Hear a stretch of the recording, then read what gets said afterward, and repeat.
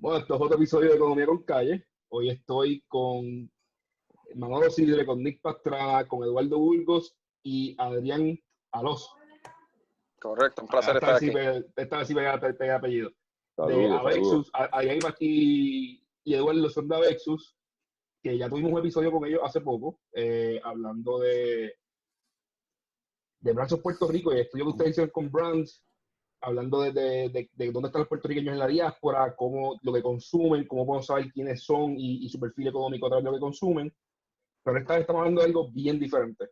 Ustedes acaban de sacar un estudio estos días que estima el impacto económico del coronavirus en Puerto Rico. Y se va a través de los salarios perdidos principalmente, también algo de industria, y el estimado es bastante amplio porque pues, hay varios escenarios, que es algo bien interesante, pero es bien preocupante, ¿sabes? Porque va desde 2.8 billones en pérdida hasta casi 10 billones de dólares en pérdida, lo cual Correcto. sería catastrófico para la economía de Puerto Rico porque el presupuesto completo del gobierno es 9 billones, así que perder 10 en salario estaría complicado. Borra un año completo. Borras un año y pico de Puerto Rico. A mí me gustaría, Carlos, si me das la oportunidad, ya que yo soy el más joven del grupo, pues tú sabes que en Puerto Rico somos muy creativos a la hora de forecasting y somos muy creativos a la hora de hacer números. Y a mí me gustaría como traer a la mesa un poco la metodología en Arroyo Habichuela de Avesus, cuál es ese elemento diferenciador que nos trae a la mesa. Me parece interesante, ¿no? Para mi generación y creo que para los que nos están escuchando en Economía con Calle. Sí, se ve bien cool si pueden explicar lo que ustedes hacen normalmente y cómo aplicaron eso ahora. Pues seguro, primero gracias Edgardo por traernos otra vez al programa. Básicamente Avexus es una startup local completamente puertorriqueña. Nosotros llevamos más o menos un año en el mercado y básicamente lo que nosotros, a pesar de que somos economistas, estadísticos y sociólogos, lo que hacemos es que aplicamos ese conocimiento a la programación. Y nosotros hemos creado básicamente técnicas o software que logra encontrar tendencias y patrones a través de un grupo de datos. Nosotros la habilidad que tenemos en cuanto a procesamiento es considerablemente superior a los métodos tradicionales porque pues, nosotros invertimos el tiempo en lo que nosotros somos buenos los humanos interpretando esa información. Así que nosotros lo que hacemos es que cogemos los datos, un grupo de datos, los cruzamos con una serie de variables sociodemográficas, socioeconómicas, y concluimos tratando de hacer lo que se llama Predictive Analytics, que es entendiendo el pasado, sabiendo en dónde estamos, hacia dónde podemos ir y cómo podemos mitigar esa situación.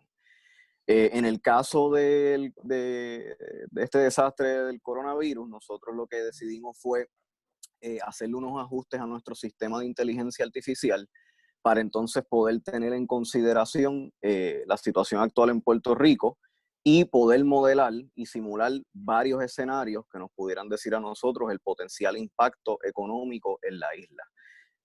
Debo aclarar que esto lo hicimos pensando en la comunidad empresarial de Puerto Rico, en nuestros colegas que están en la incubadora y la aceleradora para el 18, y pensando en que yo creo que la comunidad empresarial en Puerto Rico necesitaba un benchmark, necesitaba un espacio o una base para poder empezar a prepararse o a tomar decisiones a futuro.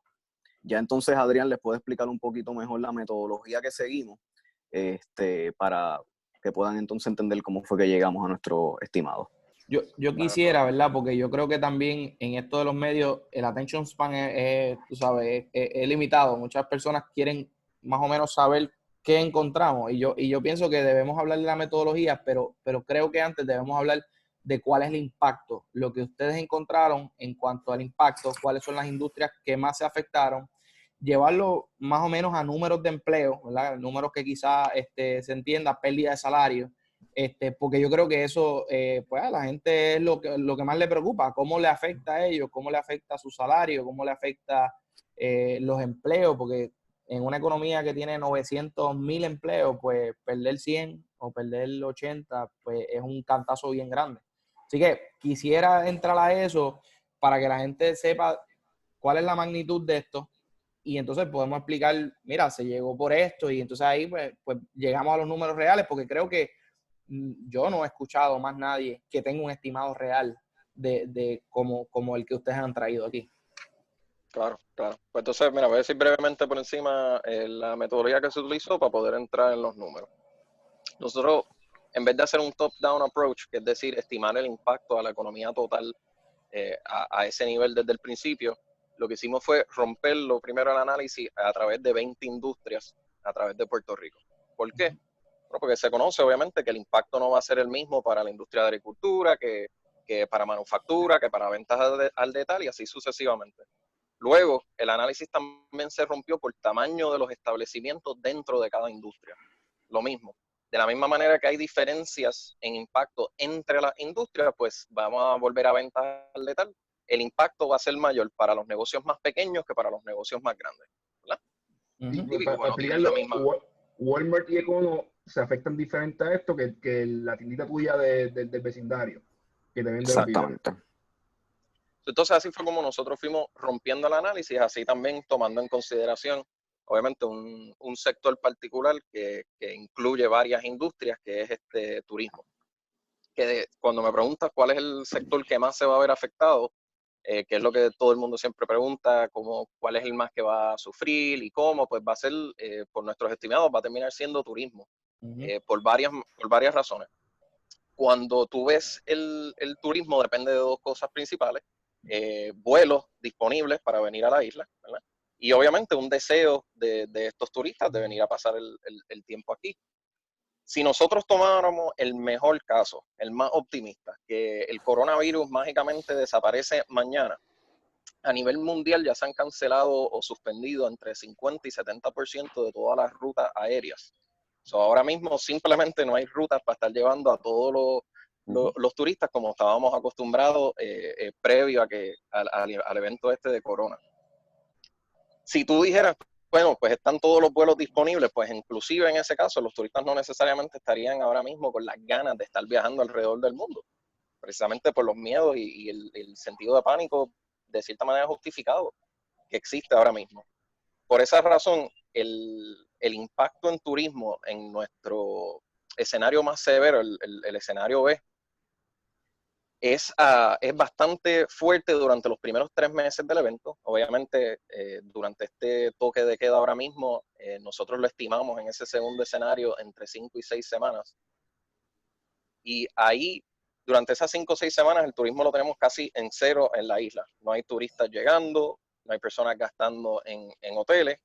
Y a medida que se acaba el toque de queda, los turistas van volviendo, pero poco a poco. No es que vuelven de cantazo el momento que acaba el toque de queda.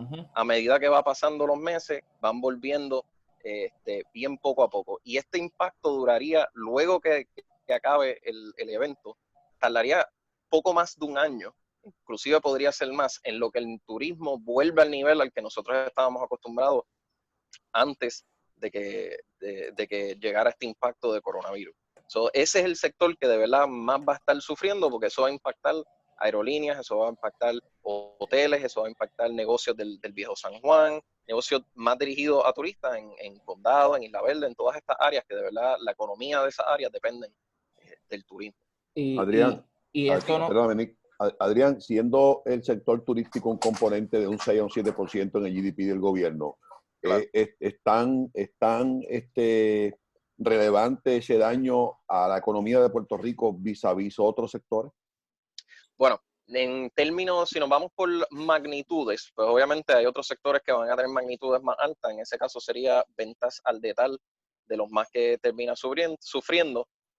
Y la razón, te explico, es si nosotros cogemos el sector de ventas al detalle y lo dividimos internamente, dentro de ventas al detalle hay 2 áreas que estarían ahora mismo, vamos a decir, menos impactadas, que serían los que preparan alimentos, así como los que preparan o venden artículos relacionados a la salud que se consideran esenciales. Esos obviamente reciben un impacto, pero no es tan fuerte.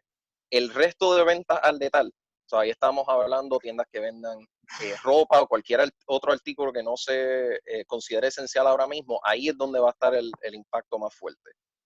Inclusive ya has tenido varias compañías, como por ejemplo GCG, el grupo Colón Gerena, que llegó a un acuerdo con Supermax para darle permiso a sus empleados que durante este periodo puedan ir a trabajar en Supermax, ¿verdad?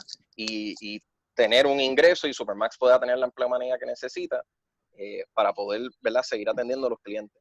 Si estamos hablando de magnitudes, muy probablemente entonces venta al detalle tendría que ser de las más impactadas, nada más por el tamaño de la industria. Y recordando que ventas al detalle también incluye ventas de autos, que de hecho son de las más grandes dentro de ese componente. Y ahora mismo, pues obviamente las ventas de autos van a estar totalmente suspendidas durante este toque de queda. Y sobre eso que trae Manolo de cuál es el impacto, podemos ir midiéndolo ya. Ahora mismo hay 78,000 empleos en el sector de turismo, según los números de turismo. Y ya antes de pasar un mes, 2 meses de pérdida, ya vimos que perdimos 2,000 empleos del saque porque 7 hoteles despidieron gente en esta semana. O sea que no hay ni que esperar a que todo esto pase para ver los efectos reales. O sea, y hay un potencial de 78,000 empleos. O sea, hay que poner eso en perspectiva. El turismo es la cuarta industria que más emplea gente en Puerto Rico. Claro, para que tengan una idea, en Estados Unidos, desde que se empezó a ofrecer el seguro de desempleo, la semana que más personas habían solicitado desempleo, personas nuevas que no lo habían solicitado anteriormente, fue en el 82 y fue poco menos de 700,000 personas en una semana. Esta última semana Estados Unidos reportó un aumento de 3.2 millones de personas solicitando desempleo por primera vez. Eso te da una idea de la magnitud de lo que nos estamos enfrentando y lo que puede venir para Puerto Rico durante los próximos meses. Yo voy a compartir mi pantalla un segundo para enseñar esta gráfica. Porque eso yo es huevo frito. Le enseño, mira, es una foto de Nick Pastrana que coge y hizo desayuno. Se ve bueno. Que por alguna razón me lo envía. Pero aquí se ve esta gráfica, ¿sabes? Miren los azules, los picos en la historia. O sea, todos estos que dicen son los picos. Y se ve como, ok, mira, habían picos bien altos y de momento este pico rojo. O sea, esto es magnitudes de veces más grandes. O sea, eso es 6, 7 veces más alto que en cualquier momento en la historia en una sola semana. Y estamos arrancando. O sea, esto todavía no está ni en todos los estados. Manolo me dice, mira, en Florida las cosas están bien. Las personas con las que estoy hablando, en otros estados me dicen, mira, esto todo está relativamente normal todavía. Así que sí, o sea, el impacto en trabajo, en pérdida de trabajo va a ser gigantesca. En Puerto Rico, digo, algo que quería mencionar porque ustedes dijeron algo que me pareció interesante y dijeron que hicieron esto para que los empresarios tuvieran un benchmark. Yo creo que eso es bien importante porque el sector empresarial tiene que saber con lo que se va a enfrentar y lo que tiene que esperar de aquí a cuando salgamos del problema. Pero igualmente, o más importante, es que el gobierno lo entienda, porque yo creo que el gobierno no tiene ni idea de lo que se está enfrentando. O sea, yo creo que ellos están como que, no, sí, va a haber un par de empleos que se van a perder y esto va a estar normal, pero no saben el impacto. Porque cuando uno mira las medidas que ellos tomaron, Nick saca una gráfica, Nick, busca la gráfica por ahí para compartir, la que tú hiciste de los %. En lo que Nick busca esa gráfica, a mí me parece que este análisis que acaba de hacer este grupo, que sin duda alguna asusta, es relevante, pero a la misma vez, esa pérdida grande de sectores como el turismo y otros sectores pudieran en algún momento dado ser aminorado el golpe si el gobierno de Puerto Rico deja a un lado la parte política partidista o idealista y se enfoca en lo que yo creo puede ser una gran oportunidad, si es sin crecer el sector de pharma y medical devices en Puerto Rico ante esta realidad.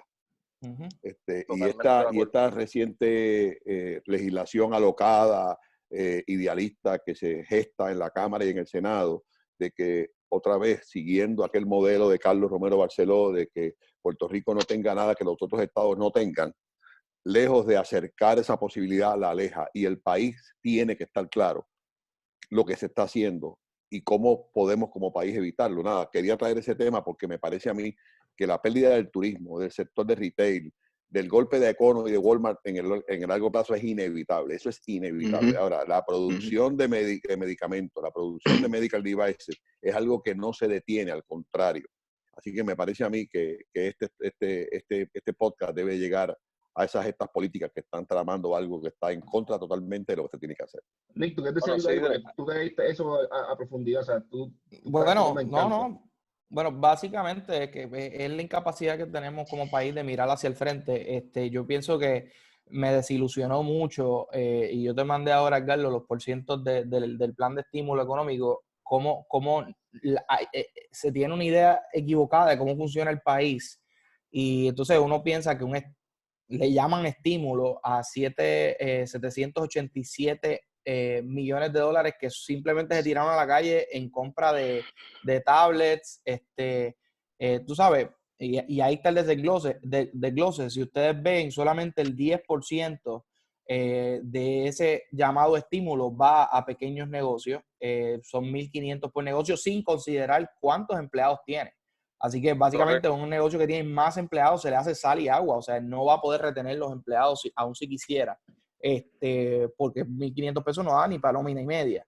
Y solamente para suministros médicos, que es para el manejo de la crisis, 6%, 5 veces más hay en tablets que eso. Y para cuenta propia, solamente un 11%. O sea, que tengo 3 veces más en tablets que para pequeños negocios, 3 veces más en tablets que para cuenta propia. O sea, hay una desproporción y esto denota, para mí, es lo preocupante, un desconocimiento de cómo funciona la economía y cuáles son los sectores, como bien ustedes dicen, que más se van a ver afectados. O sea, cuáles son los profesionales y la gente que trabaja que sí va a sufrir y los negocios que sí van a sufrir una disrupción completa en su operación por causa de esto, y en vez de enfocar la mayoría de los recursos a esa industria crítica que queremos que sobreviva para que haya negocio local, o sea, aquí no estamos hablando de negocios locales, pues entonces se ve como bien poquito va eso y todo lo demás se dispersa.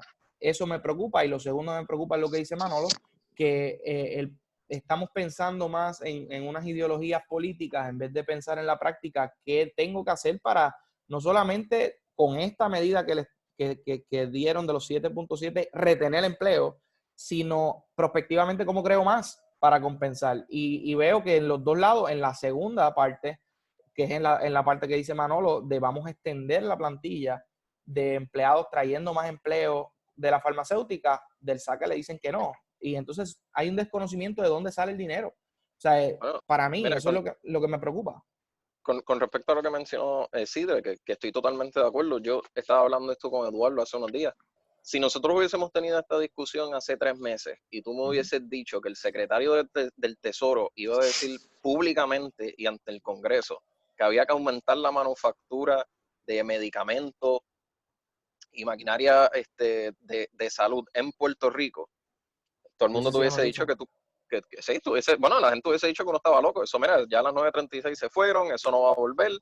Ahora mismo hay una oportunidad precisamente por el miedo que hay con el coronavirus y por la necesidad de seguridad en términos de los medicamentos y así como otros bienes de salud, de impulsar en el Congreso medidas para atraer compañías nuevamente, farmacéuticas nuevamente a Puerto Rico. O sea, ahora mismo está el will en Estados Unidos de hacerlo y no podemos esperar a que pase todo este evento y para entonces nosotros tratar de empezar a negociar. No podemos esperar a que pase el evento y mucho menos podemos irnos en ponerle contra el pie. Por eso. Y decir públicamente no lo quiero, porque entonces las personas que lo están promoviendo de afuera en los Estados Unidos van a decir, pues mira, pues quizás esto no sea tan, o sea, quizás no estoy yendo por el lado que no es, pues vamos a buscar otra alternativa entonces. O sea, porque ellos sin duda alguna quieren traer manufactura vuelta a Estados Unidos y nosotros podemos o montarnos en el bandwagon y ayudarlos, mínimo no meternos en el medio, o hacer lo que hicimos ayer, que fue meterle el pie. O sea, y yo creo que a mí me preocupa mucho porque, como ustedes bien mencionan, o sea, el estudio de ustedes, nuevamente compartir la pantalla para enseñar aquí un poco, los números son preocupantes, hermano. ¿Sabes? A ver, aquí, yo creo que yo voy a estudio para otro sitio. Ok.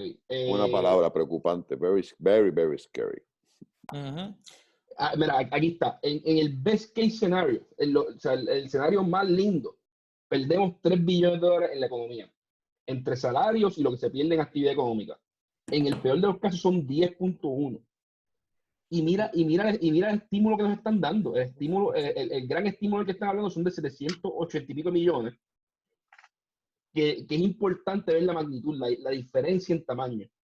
El estímulo económico que están hablando es de 700 millones pero el problema es es potencialmente hasta de $10 billones.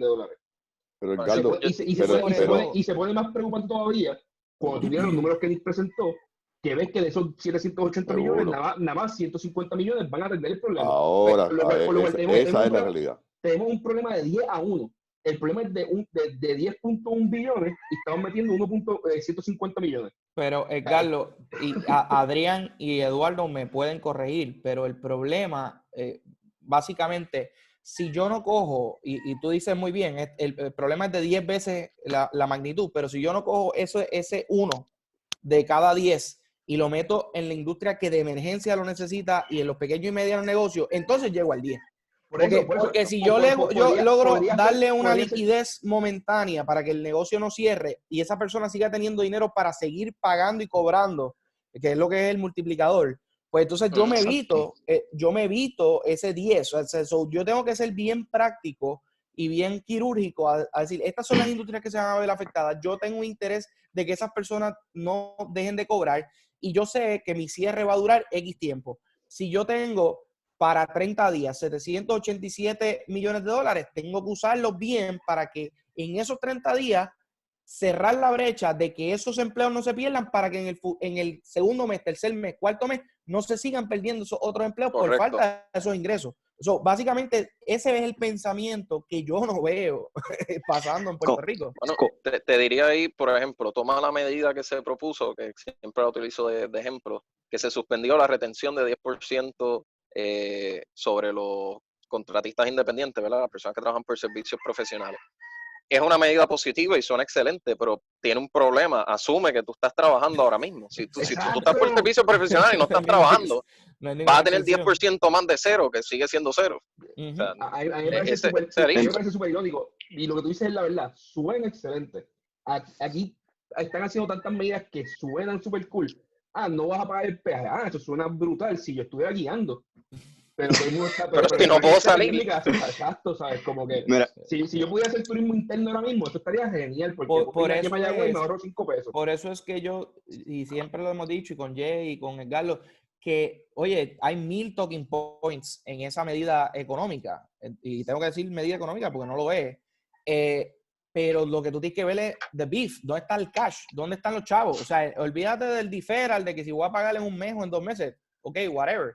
Pero si yo no estoy ingresando hoy, lo único que me evita quebrar no es solamente que no voy a pagar el agua y la luz, es cómo yo retengo empleados, es cómo yo pago las cosas que, la renta, los préstamos, o sea, y al final del día, pues sí, hay moratorias y hay cosas, pero eso es caso a caso, eso si el banco quiere, eso te van a estudiar, eso se tarda. Al final del día yo tengo que votar a todo el mundo y después hacer preguntas. Exacto. Y eso es lo que tú no quieres. Tú no quieres votar a todo el mundo, porque, oye, desde el día 1, las barberías, los beauty, los mecánicos, las compañías los constructores. Votaron a la gente desde el día 1. Entonces, eso era lo que tú no querías que pasara. Tú no querías que todo el mundo en masa saliera a votar sus empleados. Si yo tengo un tiempo limitado de acción, que son 30 días, 45 días en lo que matamos el virus, por poner tu ejemplo, pues yo necesito un plan de estímulo para esos 30 días, 45 días, para que esos negocios no me voten la gente. Y se crea un desempleo en masa. Y a un lugar que pensaríamos que están funcionando súper bien. Manolo me hizo el caso los otros días en un podcast y me dice, mira, las panaderías están vendiendo 80% menos. O sea, la gente no está saliendo a consumir y cuando salen no compran lo que compraban anteriormente. Porque saben que van a tener menos chavos en el futuro. Y yo quiero aclarar que tal vez si uno ve esto desde un punto de vista más abuelo de águila, yo creo que este problema redunda en la manera y en la cultura en que nosotros tomamos decisiones como país. Aquí probablemente podrían coincidir conmigo que la cultura de la intuición domina más que la cultura de tomar decisiones con datos. Uh-huh. Y eso es un problema considerable porque tú bien lo dijiste, Nick. O sea, para poder depositar el dinero en donde realmente se necesita, hay que hacer un análisis que esté fundamentado en la realidad económica. Y la única manera en que podemos hacer eso es a través de los datos. Eduardo, eso de los datos de intuición, a mí me interesa mucho porque ayer escuchamos a la gobernadora decir que van a hacer el toque queda diferente y pues nada más puede salir un día sí, un día no, algo por el estilo. Pero yo dije, mi pregunta fue, ¿en qué se basó ese análisis? sea, Bueno, como yo creo... Pero me pregunto, Manolo, porque a mí me gustaría saber, cuando tú acortas el periodo de tiempo de venta de los supermercados y de los lugares, y acortas la cantidad de tiempo que las personas pueden estar afuera, no aglomeran más personas en un mismo tiempo en un lugar, por lo cual es más Muchas probable gracias. que... ¿sabes? Muchas gracias, por eso mismo llevaba pensando desde que la gobernadora lo dijo. Pero ese fue mi primer pensamiento. Dije, ¿cómo tú vas a cortar el periodo de tiempo de la gente de salir si yo quiero extender lo más posible para que la gente salga más dispersa? Porque yo la quiero razonabilidad no está en el análisis. Es lo que dice Eduardo, no está en el análisis. Mira, eso fue lo primero que yo pensé. La gente a veces probablemente fue lo mismo que pensaron, porque son personas que están entradas en datos, pero aquí el gobierno seguimos contratando personas que no saben nada de analizar datos, ni de mirar, ni de tomar decisiones con datos, y lo que tenemos es un revolú, cosas que suenan bien lindas, pero que no funcionan. Pero yo quisiera también aportar, pues tengo que ya mismo desconectarme, pero me gustaría que cuando nosotros miramos el enfoque, y tengo que volver a citar la palabra de Eduardo, que creo que más atinada no puede estar, nuestra idiosincrasia española o africana o no sé de dónde, siempre está dirigida a atender la necesidad y no a evitar la necesidad.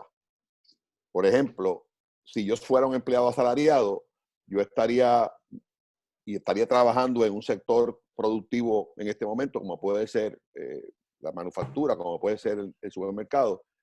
Yo estaría mirando la posibilidad de irme al desempleo, porque toda la atención que estamos viendo está dirigida al que está desempleado.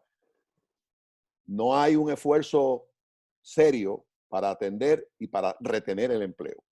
Cuando miramos el paquete de los Estados Unidos, que también atiende un poco el término de desempleo, lo incrementa en términos de dólares y de tiempo, pero hay una partida específica que le dice al negocio, si usted retiene la nómina, usted utiliza dinero prestado para retener la nómina, para pagar sus utilidades, para pagar su renta, al final de la crisis, ese préstamo que usted ha cogido se convierte en un grant y queda condonado. Pues caramba, eso estimula a que tú, en vez de estar trabajando, buscando qué no hacer, es qué hacer para poder retener. Y es que tengo que atraer a Eduardo a este nuevo. Es esa visión proteccionista, compasiva, donde una vez un profesor me dijo a mí que si él tuviera la capacidad de eliminar del vernáculo castellano 2 palabras, eliminaría 2 palabras. Bregando y ay bendito.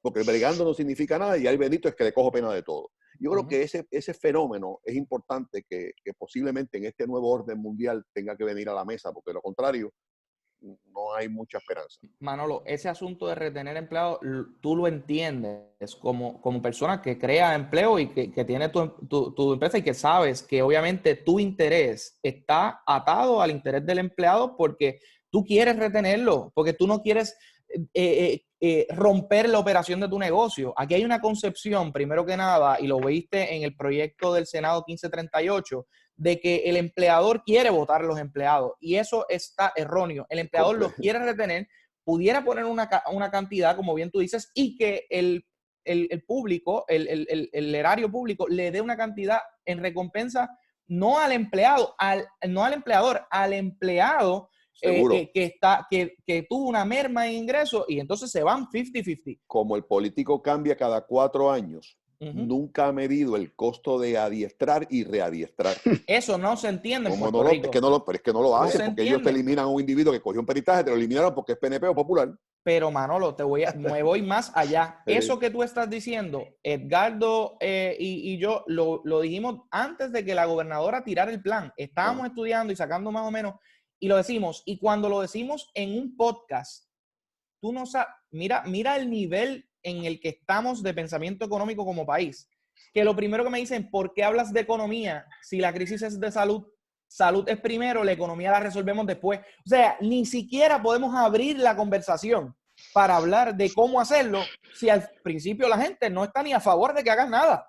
O sea, y ese es el nivel de desconocimiento de cómo opera el mundo con el cual estamos bregando en este país.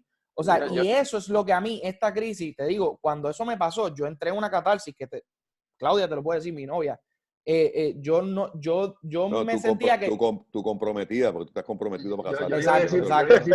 Cosas muy diferentes. Cuidado, con cuidado.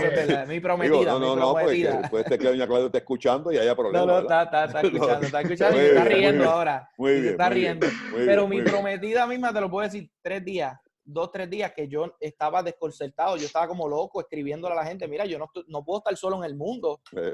O sea, ¿cómo es que la gente no entiende lo importante de esto? Y obviamente tenemos una crisis de salud ahora, pero esta crisis económica va a costar vida. O sea, las crisis económicas cuestan vida. Las crisis económicas cuestan suicidio. 1 de cada 5 suicidios está atado al desempleo.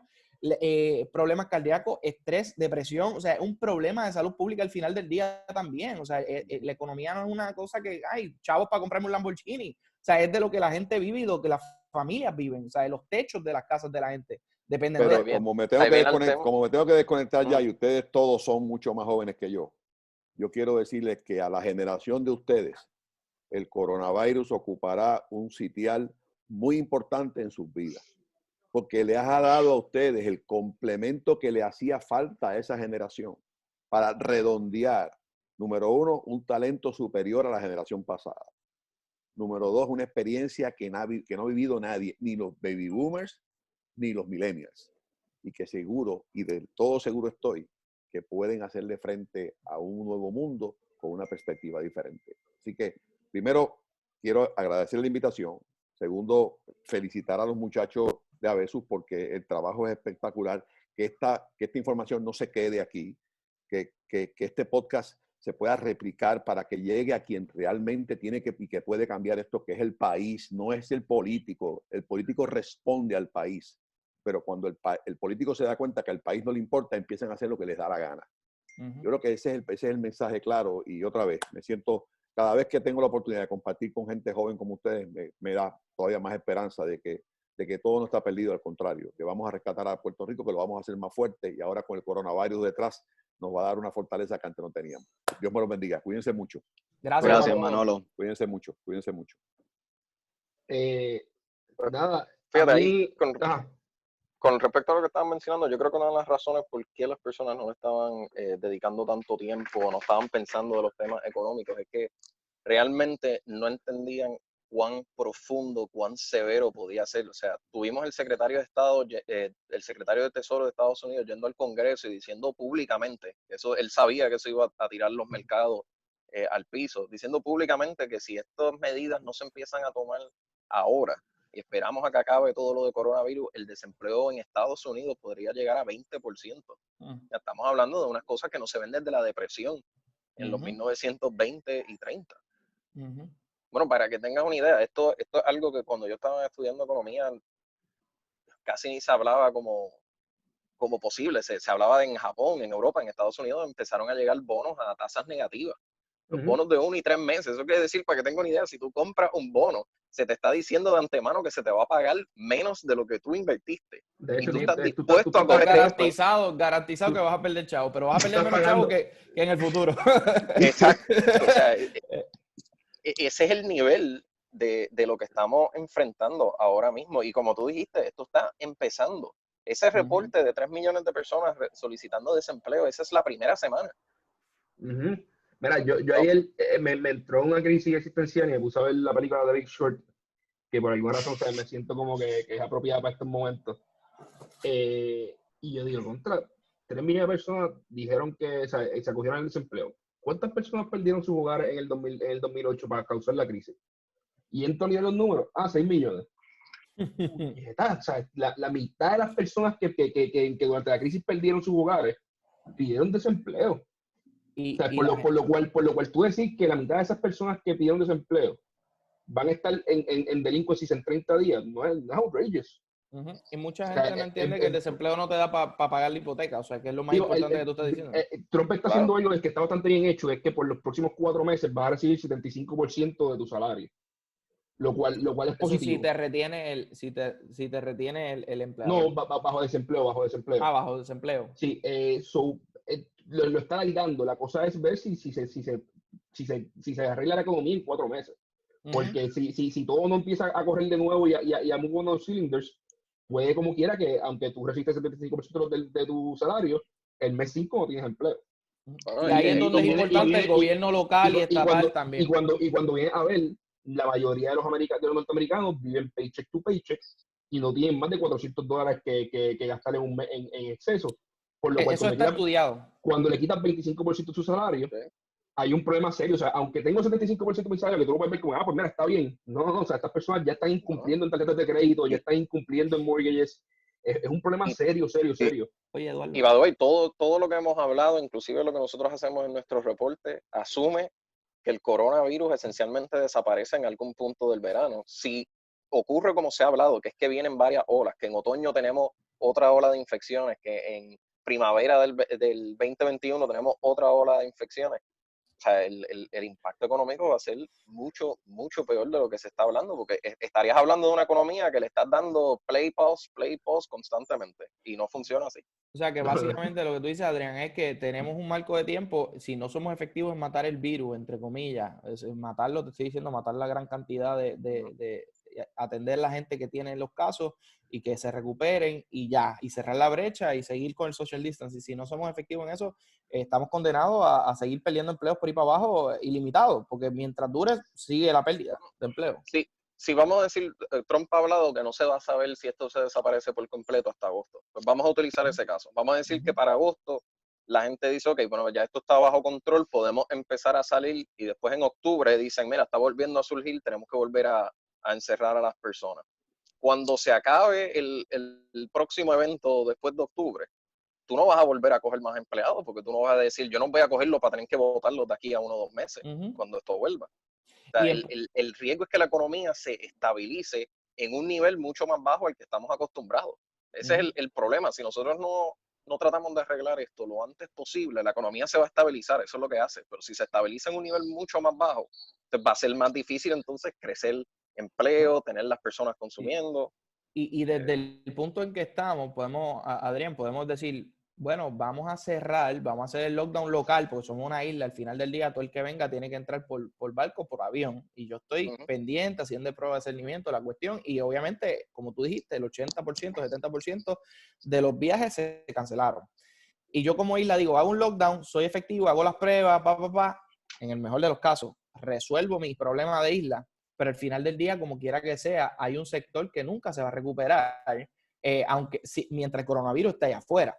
Porque si yo soy efectivo, exacto, si yo soy efectivo aquí matándolo, pues chévere. Pero si allá afuera todavía, y en Estados Unidos, que dependemos tanto del turismo de Estados Unidos, no se resuelve, pues no podemos abrir nuestra frontera aérea. No podemos abrir nuestro turismo. O sea, es una industria que es 7% de la economía. No te vayas solo por turismo. Si esto sigue ocurriendo en China, la manufactura en China, en la cual el último estimado del Purchasing Managers Index, que es un índice que publica en casi todos los países, que dice cómo está la actividad manufacturera, el PMI cayó cerca de 20% el mes pasado en China. O sea, eso es output mundial esencialmente, que está reduciéndose. Si se sigue afectando la manufactura en cualquier otra parte del planeta, acuérdense que ya estamos en una economía globalizada. Esa interrupción va a afectar la producción local. Entonces, como tú dices, el hecho de que nosotros salvemos la cosa aquí, podemos eliminar todo el virus de Puerto Rico. Si eso sigue existiendo afuera, vamos a seguir teniendo los mismos problemas. O sea, a diferencia de María, no hay un vuelo donde uno puede coger para ir a algún lugar donde Por eso yo creo que es importante, pues, ser lo más efectivo que se pueda a nivel local, tú sabes, y yo creo que también de esa parte no estoy viendo, o sea, el nivel de pruebas es bien bajo, no hay una prioridad, se pasa el gobierno diciendo que las pruebas no son importantes, que la prueba no mata el virus, que no, o sea, entonces tú ves y tú dices, caramba, o sea, es que ni siquiera en lo local podemos mitigar los efectos de afuera, porque no estamos como que poniendo nuestro esfuerzo, como que pienso que no estamos viendo el bigger picture. Y les quería preguntar específicamente a Eduardo, en cuestión de empleo, porque aquí el estudio de ustedes veo que tiene el asunto de los salarios que se pierden. Yo hice un ejercicio matemático que puede que no esté bien, que decía que $2 billones se pierden. Déjame buscar el slide. Pero yo quisiera ver más o menos como en cuánto se reduce el número de empleos. Porque, o sea, por ejemplo, en Puerto Rico hay 900,000 empleos. yo estoy viendo que ustedes están diciendo que en el worst case scenario, en los salaries son 3 billones el best case son 2.4. Si tú divides eso entre $20,000 al año de una persona promedio, serían como ciento y pico mil empleos. Creo que eran como 120,000 empleos. El salario promedio en Puerto Rico, si me equivoco, es entre 26 y 27. La mediana de ingreso es 19,000. 700, 19,800, pero la razón por que nosotros no sacamos el estimado en número de empleo es por dos razones. Como muchas compañías lo que pueden hacer entonces es simplemente reducirle el salario a las personas. En vez de yo votar 10 personas, puedo coger 20 empleados y reducirle el salario a la mitad de esos 20 y me ahorro lo mismo que si yo voto a 10 empleados. Por eso es que darte un estimado del número de desempleados es un poco difícil. Si lo fueses a hacer, pues sería con ese mismo ejercicio que tú estás haciendo. Coges el salario promedio y divides el impacto entre eso. Y yo creo que... Pero obviamente puede fluctuar bastante. Yo creo exacto que en este momento sería un poquito irresponsable de nuestra parte, porque ya sería algo bien especulativo. Ayer dijeron que creo que 46,000 solicitudes a desempleo en lo que llevan 10 días en esto aquí en Puerto Rico. Wow. Que quede claro que, como dice Adrián, pérdida salarial no implica pérdida de empleo. En este momento, ¿verdad? Y esto tenemos que verlo como si fueran los conos de incertidumbre de los huracanes. A medida que la incertidumbre se va reduciendo, las políticas públicas se van poniendo in place, asumiendo que hayan herramientas para medir el impacto. Por ejemplo, si esos $500 que le van a dar a la gente de verdad se están moviendo en la economía, etcétera, etcétera. A medida que esa incertidumbre se reduce, ya entonces nosotros podríamos hacer un estimado con el cual nos sintamos cómodos. Y debo aclarar que para que tengas también para que sepas, si tú coges el número, como tú me bien estabas diciendo, lo divides entre 20,000, eso también asume que todas las personas o sea, todo ese desempleo que estás calculando es full-time equivalent. Son personas que están trabajando 40 horas. Si tú fueses a hacerlo exacto, cuando pones los part-time va a ser mucho más alto también. Entonces, ahí es donde termina entrando el issue. Pero ya sabemos entonces que mínimo son 46, porque si ya hay unos claims de 46, mínimo son 46 empezando. Pero yo te diría que van a ser más de 100,000 fácilmente. Yo pondría un número igual. Yo pondría un número más o menos parecido a ese. ¿Qué estás diciendo, Eduardo? No, que yo creo que, ¿verdad? Esto ya tal vez un comentario, recogiendo los comentarios de todos ustedes, que esto es un problema que va más allá del 100 por 35. Y nosotros lograr modelar esto y simular múltiples escenarios, cuando estoy hablando múltiples escenarios, es un cambio de 1% en distintas variables, ha sido un reto. Ha sido un reto porque ya no es una cuestión, por ejemplo, en el caso de María, estábamos hablando de una crisis de pérdida de activos. Aquí estamos hablando de una crisis de salario, de consumo, que va más allá del 100 por 35, que lo que sea que pase al otro lado, lo que pase al otro lado del planeta nos va a afectar directamente.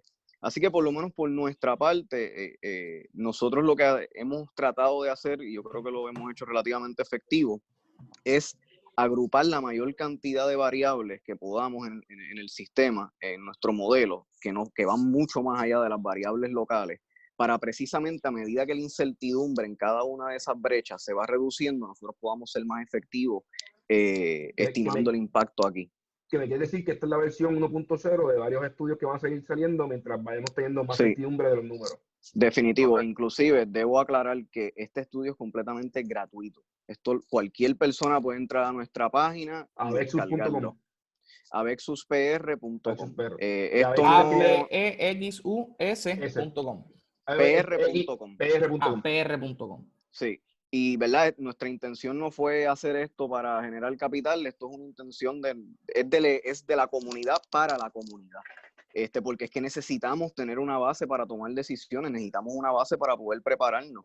Y otra de las cosas que quería traer la coalición es que una de las discusiones que no sé si fue Nico Edgardo, que se han tenido es la gente criticando las personas que están hablando del impacto económico. Sabemos que obviamente, y esto lo estaba compartiendo con Adrián ayer, que es una situación difícil porque tú tienes que velar por la salud pública del país, pero también tienes que velar por la salud de la economía.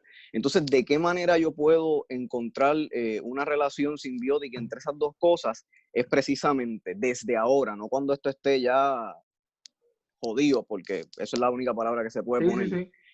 Tenemos que desde ahora entender en dónde estamos parados y poco a poco, a medida que vamos caminando, ir entendiendo esos cambios y poderlos modelar para entonces poder tomar decisiones, que esto es lo más importante, poder tomar decisiones no especulativamente, no porque alguien que tiene un apellido lo dijo, no porque el profesor aquel dijo, no, es que eso es lo que dicen los datos y aquí es donde es mejor aquí es donde mejor se puede poner.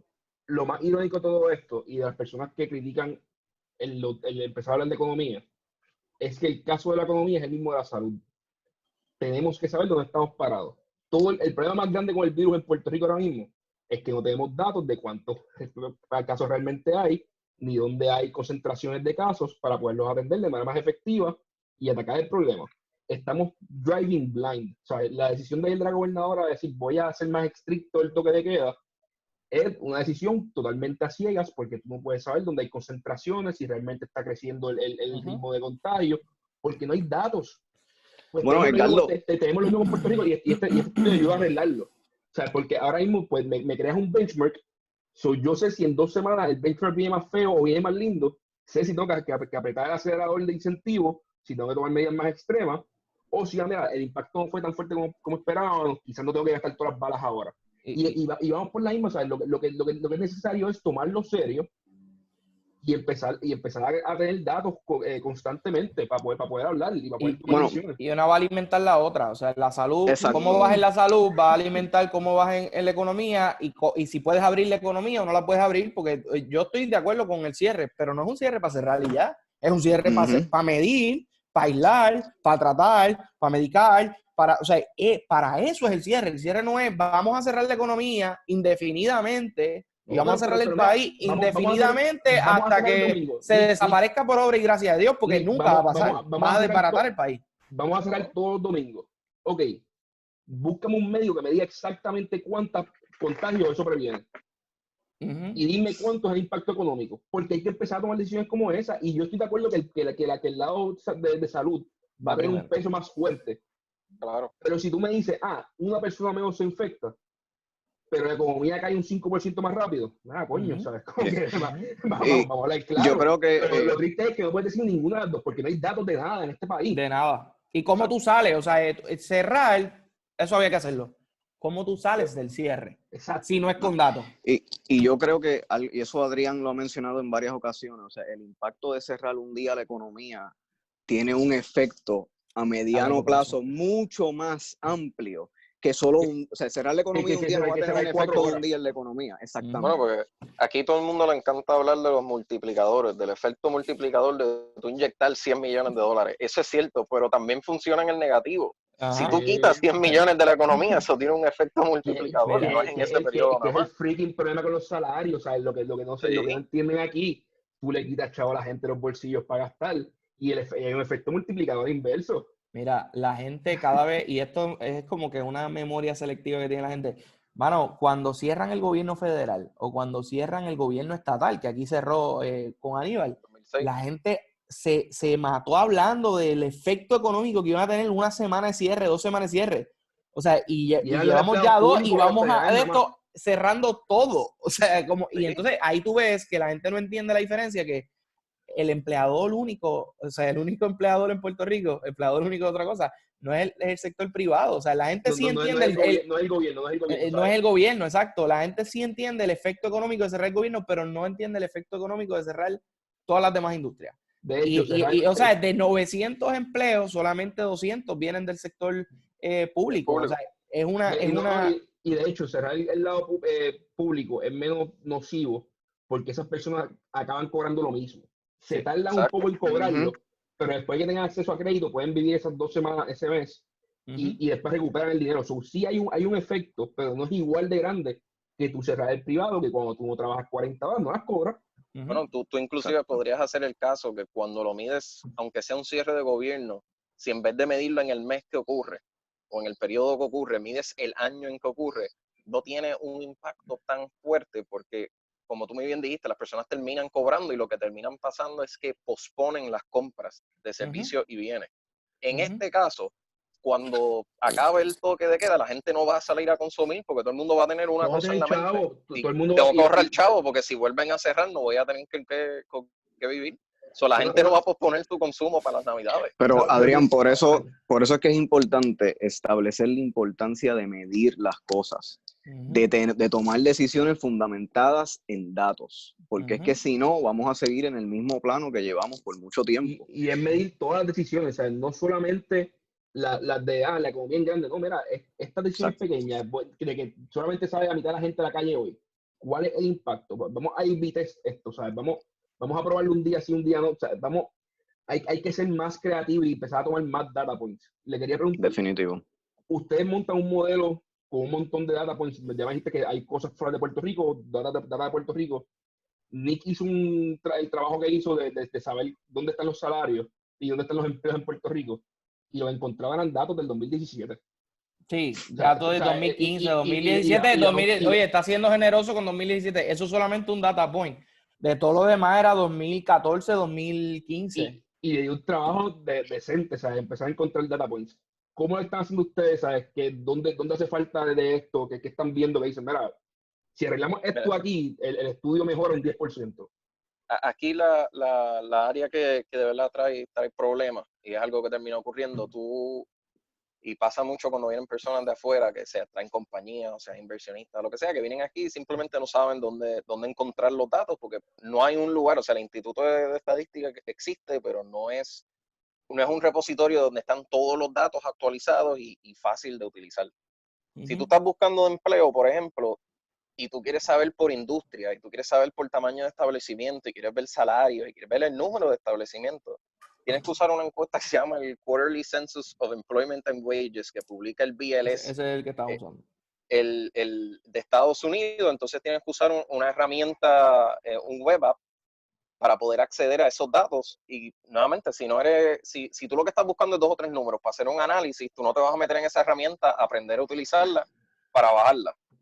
Por el lado de Puerto Rico, problemas que nosotros tenemos, mira, el apéndice estadístico, que es donde se publican todas las cuentas nacionales de Puerto Rico, tiene problemas severos. Se conoce hace años, se publica anualmente en vez de trimestral como en Estados Unidos. Entonces ya eso por lo menos está empezando a cambiar. Se le concedió al Bureau of Economic Analysis de Estados Unidos, el BEA, para que empezara a publicar esos análisis este año. Próximamente esas estadísticas van a pasar a control a nivel federal y se va a publicar como se hacen con otros estados. A nivel local, tenemos estadísticas generales de empleo, pero de verdad en Puerto Rico, por ejemplo, no se ha hecho un análisis de ingreso y gasto. Que eso es algo que normalmente se tiene que hacer en cada 5 o 10 años para tú reestimar cosas tan básicas como las pensiones alimentarias de los menores. O sea, aquí, en términos de estadística, Puerto Rico está bien atrás. Le hace falta dinero, le hace falta desarrollar encuestas nuevas para saber qué de verdad es lo que está pasando en Puerto Rico. O sea, ahora mismo yo no te puedo decir el output económico por municipio. Te lo tengo que hablar anual a nivel de Puerto Rico. O sea, yo no sé cuánto produce San Juan versus Carolina. Yo sé que San Juan tiene que ser más, pero no sé por cuánto. Oye, Carolina es farmacéutica, ten cuidado. Adrián, una pregunta, y siendo, ¿verdad? Nosotros siendo millennials y viendo quizás, y ustedes que son data guys, yo, por ejemplo, no veo también cómo nosotros seguimos usando encuestas cuando, por ejemplo, yo tengo el Fondo del Seguro del Estado, que tiene demasiada data que está en papel, y eso lo estaba hablando con Arnaldo Cruz, que también tiene ABRE, que es un movimiento de data, más él también es el chairman del Instituto de Estadística. ¿Cómo todavía nosotros dependemos tanto de las encuestas cuando realmente tenemos datos de verdad? Que tienen que hacer las compañías reporting de qué empleos tienen, de si están pagando o no están pagando el seguro. O sea, cómo nosotros cogemos y en vez de, oye, porque aquí pues nada, modelamos lo mismo que tiene Estados Unidos o dejamos que Estados Unidos haga las encuestas, pero si nosotros tenemos esos datos aquí, oye, sería mucho más efectivo usar esos datos, minarlos, tabularlos como Dios manda, y tengo la data más brutal del mundo. O sea, y tengo eso en una oficina en algún sitio. Mira, el Departamento de Hacienda. El Departamento de Hacienda tiene información por NAICS, por clasificado, enumerado por industria. ¿En qué industria trabaja todo el mundo y los ingresos que tuvieron? Obviamente, eso se podría publicar de manera anónima, agregada, tú sabes, sea por municipio o a nivel de Puerto Rico, y ahí tiene, o sea, eso ya no es una la mejor encuesta, data. Exacto, eso es concreto. Y eso se hace en Estados Unidos. El IRS publica esos datos con un lag de 2 o 3 años por privacidad, pero aquí no se hace ni con un lag de 10 años. Mira, los multiplicadores que tanto nos encantan, los multiplicadores se acabaron de publicar los nuevos del 2007. O sea, del 2007 están. Del 2007, hasta el año pasado lo que se estaba utilizando eran los del 2002. Me gusta que a usted no le gusta mucho los multiplicadores. Estamos en el mismo juego. pero para ponerle en perspectiva, en el 2007 no existía el iPhone. Sí. O sea, era así otro mundo. Yo tenía 17 años. Facebook estaba siendo fundado, YouTube llevaba 1 año y no existía el iPhone, mi hermano. Está fuerte. Tú sabes, ¿Cómo ha cambiado el consumo de la gente? ¿Cómo ha cambiado el consumo? Nosotros medimos inflación con una encuesta y una canasta de bienes consumidos que se montó en el 2006. Lo mismo. La canasta viene completamente distinto. Gastar en el 2006 yo no tenía un celular. En tu casa. Exacto, primero, la pagabas el internet. Tener internet en tu casa no era necesario. Ahora mismo estamos probando que es necesario tener internet en tu casa y en tu trabajo. Tú sabes, bueno, hay mil cosas. Bueno, vamos a irnos al extremo. En el 2006, okay, vamos a decir, la matriz del 2007 de insumo producto, donde vienen los multiplicadores, que se publicó con datos del 2006 y 2007, la canasta para calcular inflación, que es con datos del 2006 y anteriores. Todo eso se hizo cuando en el último año de la 936. O sea, estamos hablando que todavía había manufacturas aquí que 250,000 empleos y tenía un peso más grande la manufactura en la economía que todo lo demás. Y o sea, eso es más algo grande que el que tiene ahora. Sí, mira, la Junta de Supervisión Fiscal sabía de estos problemas. Y si tú ves los planes fiscales originales, hablaban del problema de estadísticas de Puerto Rico y que se tenía que asignar más dinero, que se tenía que mejorar, pero termina siendo un problema tan grande aquí. Las estadísticas cada agencia tiene su propia división de estadísticas. No se publican de una manera estándar, no se publican en los mismos periodos. Mira, yo trabajé en verano. Yo trabajé en verano en Fortaleza. Pero ¿En Fortaleza? Por eso, pero como tú me hacías el cuento a mí, Nick me decía como, mira, mano, esto es tan y tan asqueroso que te mandan un dataset y te dicen, ok, pero ¿cómo se ve year over year? No. Si lo miramos quarter over quarter, y si lo miramos year to date, sí me gusta más. Y así es que tiraban el talking point, y así era que el gobernador iba a dar sus conferencias. O sea, yo estaba bregando con el PowerPoint del gobernador. Yo busco la data, se la presento y dice, no, sácame eso. Y ellos selectivamente buscaban. Entonces, ese es el gobernador de Puerto Rico. Imagínate tú, cada agencia tratando de que el gobernador no se moleste con ellos para tratar de decirle, gobernador, mira esta presentación, nos está yendo bien year to date. Y del año, yo te busco ese dato. O sea, eso multiplicado por todas las agencias de Puerto Rico. Y esa es la actitud que tenemos con los datos. Y otra cosa, el pueblo, porque los políticos al final del día hacen lo que el pueblo quiera que hagan. Cuando tú empiezas a hablar de datos abiertos en Puerto Rico, cuando tú empiezas a hablar de estadísticas, la gente apaga el teléfono. No le importa, estás hablando chino y eso no me resuelve nada en la vida. Y el coronavirus nos ha dejado saber que en los momentos de emergencia, lo único que puede resolver el problema son los datos. Entonces ya empieza a cobrar una relevancia y yo creo que la gente está como que, yo creo que le debo dar más importancia a esto. Y nos toca ahora a nosotros, los que abogamos por estos datos abiertos, el utilizar el ejemplo del coronavirus correctamente para abogar por el resto de los datos. Sí. O sea, para que la gente entienda el paralelo de por qué esto es necesario en todos tus aspectos de vida, no solamente cuando hay una pandemia. Y resolvemos, con coronavirus se recogen los datos de salud, se recogen los datos de empleo, se recogen los datos económicos en general, los datos de presupuesto. O sea, yo creo que el coronavirus nos deja saber que necesitamos datos por todos lados.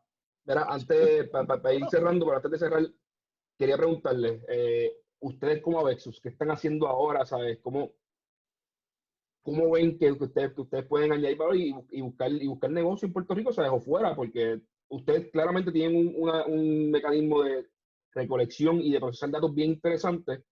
¿Qué están viendo ahora con esto? ¿Dónde están las oportunidades de negocio que ustedes? Nosotros ahora mismo, de hecho, dos cositas que estamos trabajando. Una es que precisamente como no hay estadísticas de Puerto Rico y es difícil de encontrar un lugar donde uno pueda encontrar toda esta información, estamos precisamente montando un website que estaremos publicando, pues ya será cuando, ¿verdad? Cuando esté acabando esta emergencia, que queremos que se convierta poco a poco en el repositorio más grande de datos de Puerto Rico.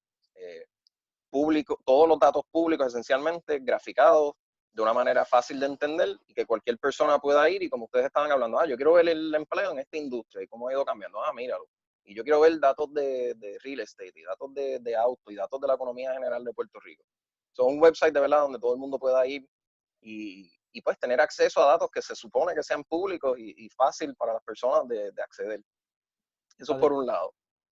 Por otro, pues nosotros como siempre estamos tratando de ayudar a los negocios a tomar decisiones informadas con datos y ahora más que nunca pues se convierte necesario, porque ahora vas a tener que ser mucho más específico de cómo, por ejemplo, tú vas a buscar tus clientes, dónde están tus clientes ahora mismo. O sea, ahí es donde nosotros estamos tratando de expandir para ayudar a las personas por el lado de marketing, de customer acquisition y de sales growth.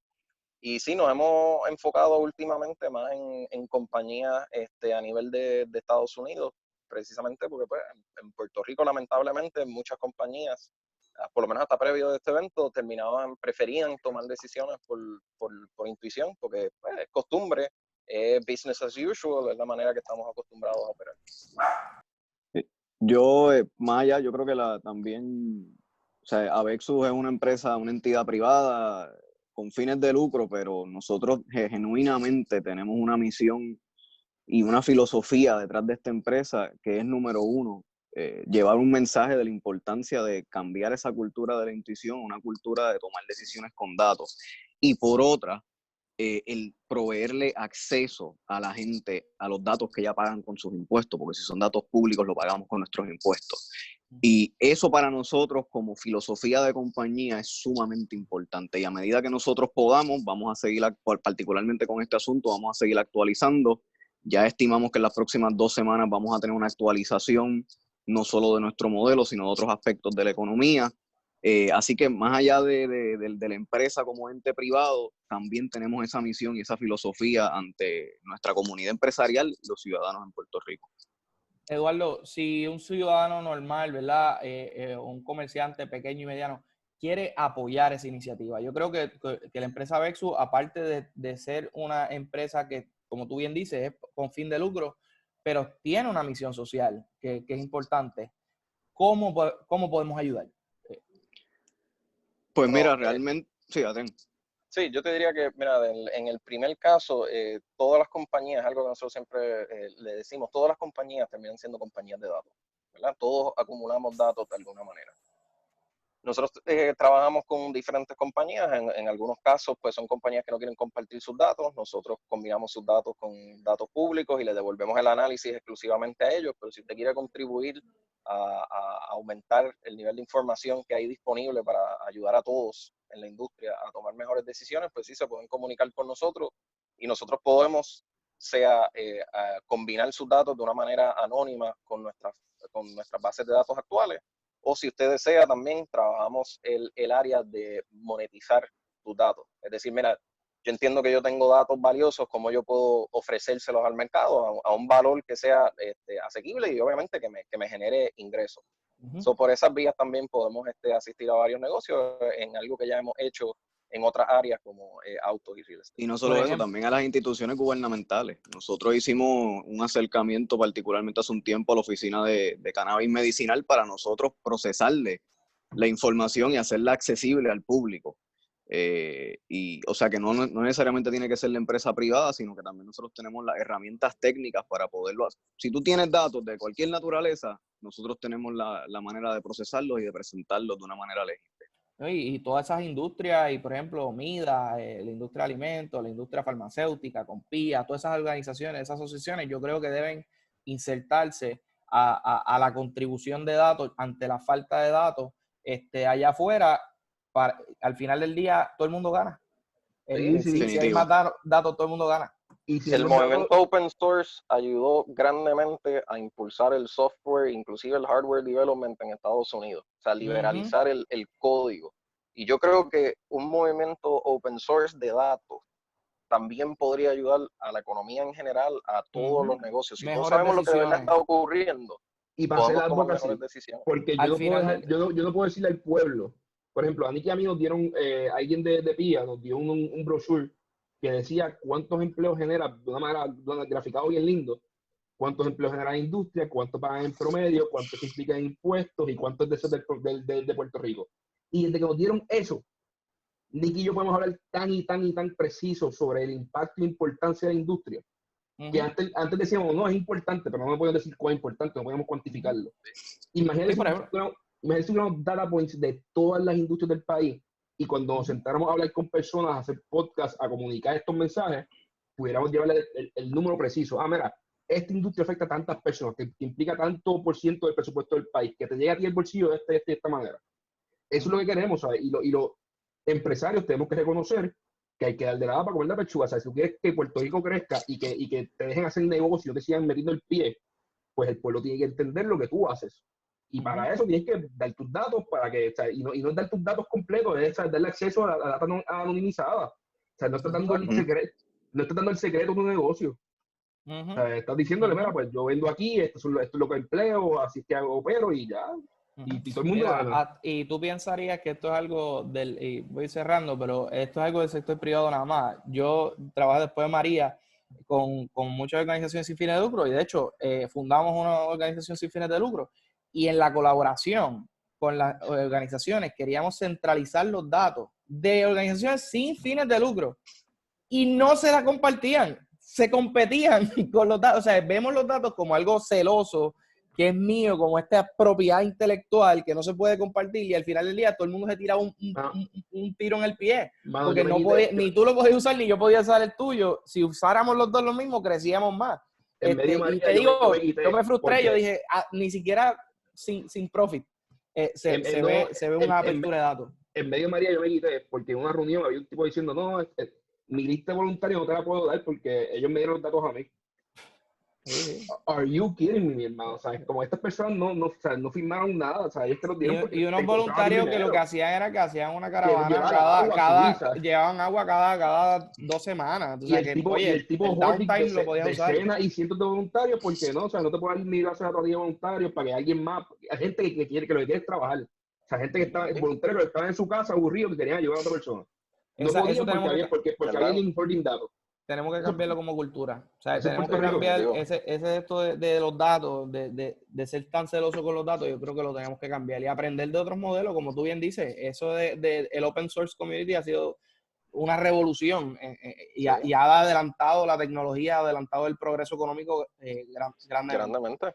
Sí. Así que, mano, gracias por eso. Espero que después de esto hagamos un task force ciudadano para la economía. Eso está bueno, Un task force de economía ciudadano, ya ante la incapacidad que hay allá afuera. Y mano, que gente como ustedes y mente como nosotros podamos discutir estos temas, mano. Y gente como ustedes que están ahí con los datos, que ustedes lo ven ahí en sus caras con sus plataformas. Así que, si alguien lo quiere contactar, ustedes están como Avexus en Facebook, hay un email, un teléfono. Estamos como Avexus en Facebook, en LinkedIn.